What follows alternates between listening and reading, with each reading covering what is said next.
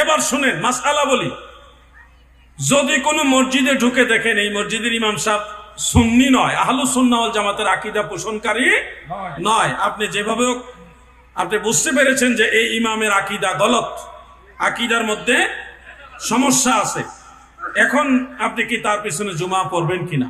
জুমার নামাজের মাসআলাটা বলছি। এই ক্ষেত্রে মাসআলা হলো জুমার নামাজ একা একই পড়া যায় না। জুমার নামাজ পড়ার জন্য 6টি শর্ত আছে।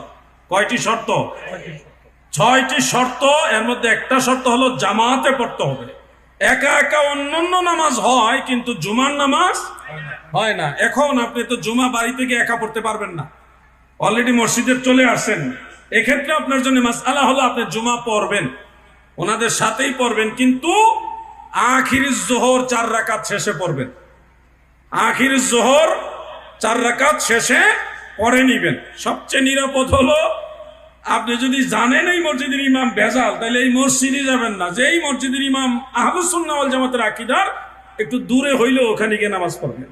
আর যদি ভুলক্রমে অজান্তে যদি কোনো মসজিদে ঢুকে যান, সেক্ষেত্রে নামাজ পড়বেন, কিন্তু 4 রাকাত নামাজ পড়বেন আখির জোহর। এটা কখন পড়বেন? বাদাল জুমা যখন শেষ, এরপরে আপনি 4 রাকাত পড়বেন, নফল পড়বেন না, 4 রাকাত আখির জোহর পড়বেন। এটা হলো ওই যে আপনি ইমাম যদি ভেজাল হয় নামাজ তো হয় না।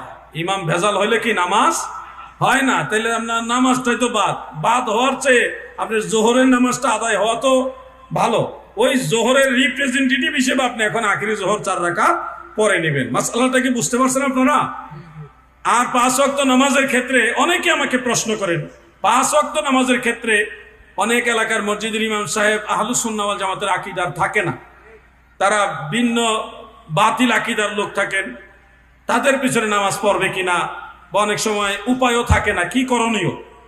সেক্ষেত্রে আলা হযরত আজিমুল বারাকাত ইমাম আহমদ রেজা খান ফাজিলে বেরলভী রহমতুল্লাহ আলাইহি আমাদেরকে এই মাসআলা সুন্দরভাবে শিক্ষা দিয়েছেন।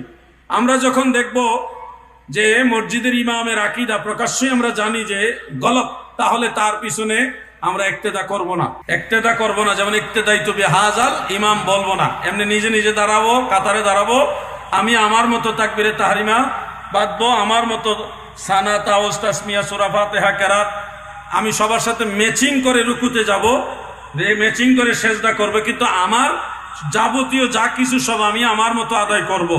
এটা এই একটা কারণেই করবেন যে ফিতনা যেন না হয়, সমাজে যেন ফিতনা সৃষ্টি না হয়। আপনি যদি ওই অবস্থায় মসজিদ থেকে বের হয়ে আসেন, তাহলে সমাজের মধ্যে একটা